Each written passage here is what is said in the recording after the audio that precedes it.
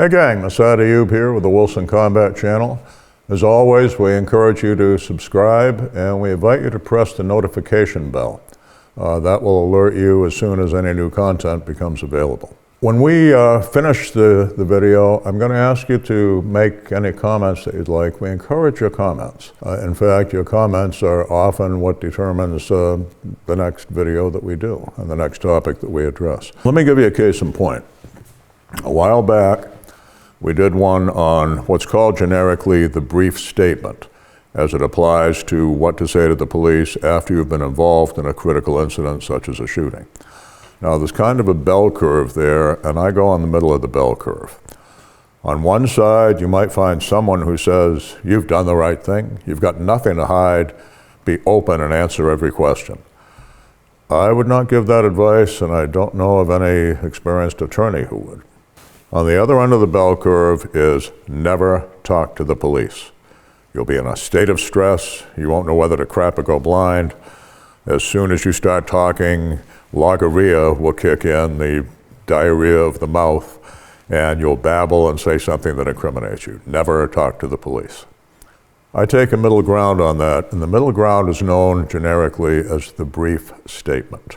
The video that we did was titled, Never Talk to the Police with a question mark, or Don't Talk to the Police with a question mark. And I outlined the 5-point checklist that I've been teaching armed citizens since the early 1980s. And that essentially encompasses a brief statement of why you had to shoot the individual, a promise of cooperation, pointing out evidence and witnesses before either can be lost, and finally, repeating that you'll cooperate fully after you've spoken with counsel and requesting legal counsel at that point. Now, I mentioned we monitor your comments and they drive future commentary here. At this recording, we had about 1.8 million people who've seen that video. Several said, oh my God, Ayoob is nuts. Any criminal defense lawyer will tell you never talk to the police. Many do, but you'll find the ones who have specialized in justifiable shootings will tell you to do the brief statement. If you're an NRA member, I am betting that when you get your NRA magazine, the first thing you look at is the Armed Citizens column. It's a series of news clippings from around the country of private citizens who've defended themselves with firearms. You've probably noticed how many of those clippings end with, no arrest was made, police determined the shooting to be justifiable, etc. Do you seriously think when the police got to the scene, someone's laying on the ground horizontal, or someone might just be someone who's pointing a gun at someone else? And when they said to the person with the gun, what happened here? And the person said, I'm not talking to you until I talk to my lawyer. Do you seriously think the police said, oh, okay, never mind, another dead body littering the streets, we'll just take some pictures and perhaps your girl can call our girl and we'll do lunch? You know it doesn't work that way. I recently had a case where I was consulted by an attorney in the Rocky Mountain area. A young man had had to shoot and kill an armed home invader who forced his way into the young man's home. When the police got there, he followed the advice of never talk to the police. He was obviously arrested. For God's sake, he's shot and killed someone, but he's in his own home.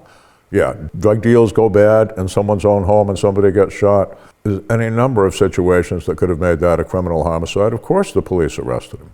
He was in jail for days and days and days. Finally, got a hearing. Told his story at the hearing. The judge dismissed the case.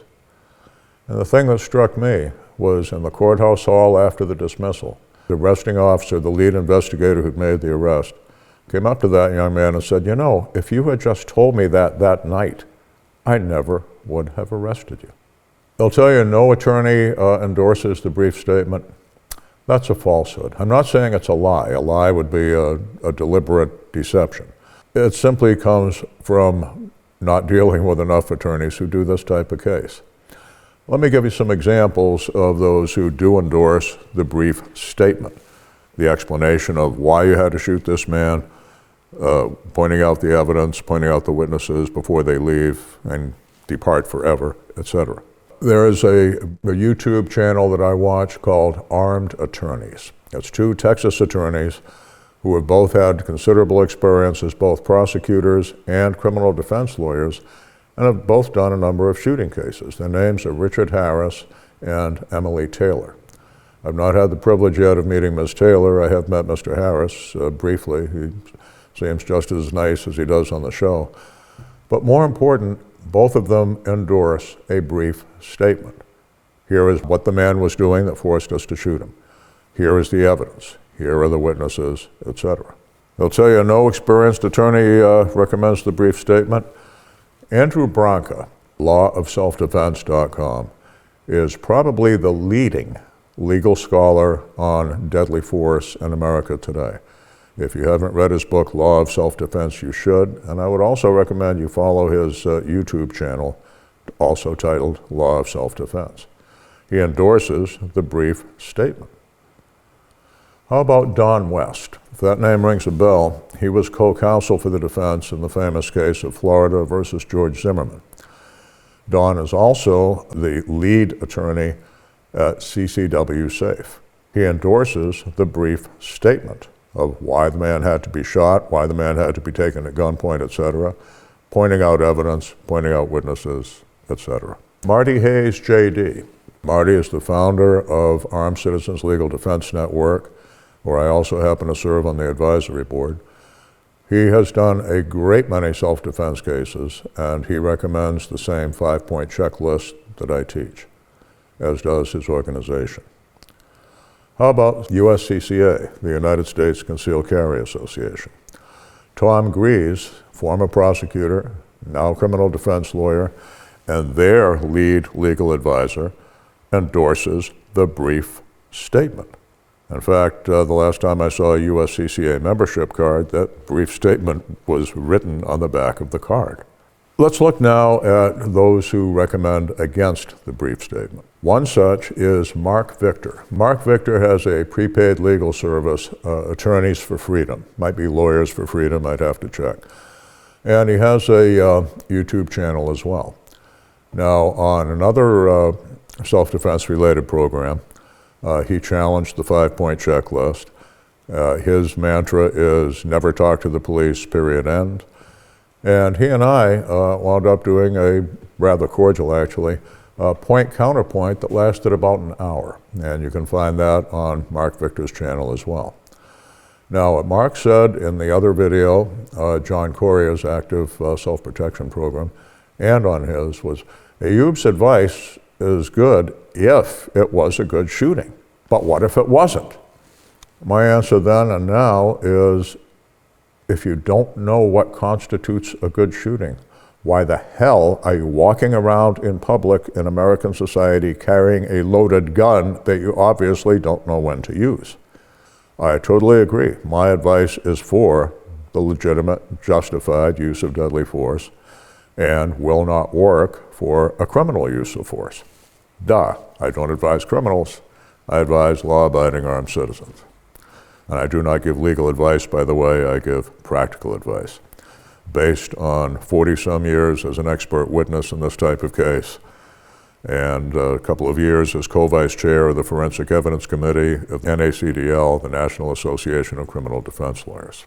If Mark is a vociferous proponent of never talk to the police, the most vociferous proponent of that theory, the guy I would consider the high priest of never talk to the police, is a law professor named James Duane in Virginia. In the first decade of this century, he did a lecture actually at a law school that went absolutely viral, titled Never Talk to the Police. The last time I looked, he had 18 million views of that video. I'm going to urge you to look it up as well. James Duane, D-U-A-N-E, Never Talk to the Police. He's going to spend 45 minutes saying, this guy talked to the police and he's in jail. That guy talked to the police and he'll never get out of prison. Never talk to the police. Take notes. The great majority of those cases, the guy was apparently good for it. The guy was guilty. And if you're guilty, you probably shouldn't talk to the police, unless you've got an even guiltier person you could trade for them to go easier on you. And even that deal will be much better, more efficiently brokered by your attorney who knows the prosecutor a whole lot better than you do. One exception to it was a man the professor himself admitted was mentally ill. And his story was that he had signed the confession to smoke out the real killer.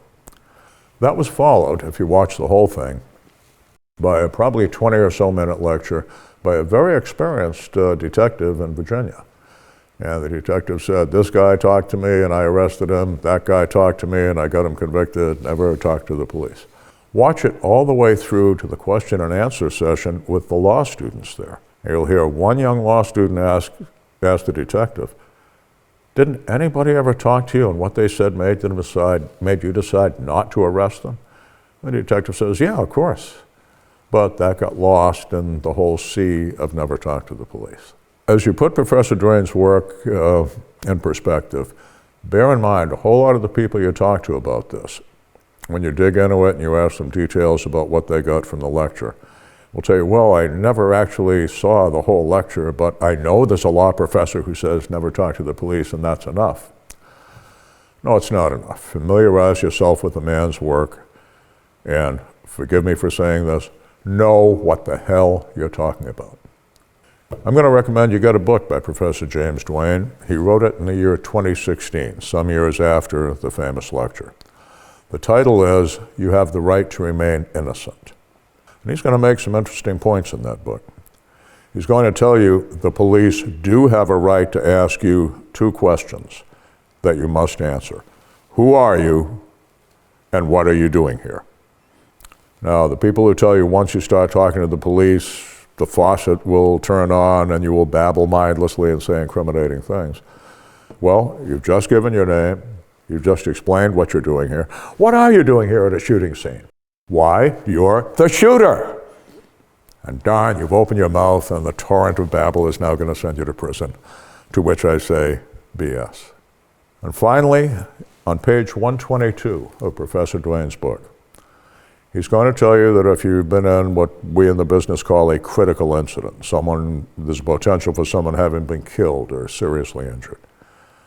On page 122, Professor Duane says, if you have been in such a situation, like a car crash or a shooting, you should give a brief statement. So before you write in and say, no lawyer would ever tell you you should talk to the police, you see why I respectfully disagree with that position. Finally, a lot of the same people will tell you, you should be like cops. Cops don't have to give a statement after they've been in a shooting. Are you kidding? How many officer-involved shootings have those people worked? I've lost count of the ones I've been involved in criminal and civil actions subsequently as an expert witness and advisor to counsel. The officer involved in a shooting has to give what's called a public safety statement. For God's sake, shots have been fired in public. The police need to know, where did the bullets go? In what direction was he shooting? In what direction were you shooting? Because we got to check and make sure none of those bullets went through a window and hit a child. You said he had a gun. Where is it? Where did he drop it? Evidence has to be preserved. If the officer decides, I ain't talking to you without a lawyer, he's going to be read the Garrity Statement. Look it up. The Garrity Statement came from the United States Supreme Court. And it said an officer may be ordered under pain of being fired and losing his pension to cooperate. However, those statements cannot be used against him in criminal court.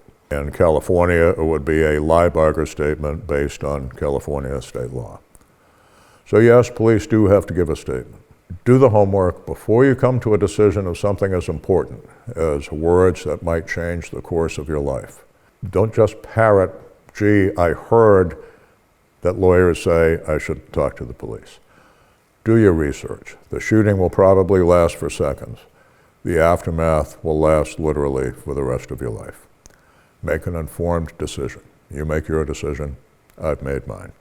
We'll look forward to your comments. We'll see you next time on the Wilson Combat Channel.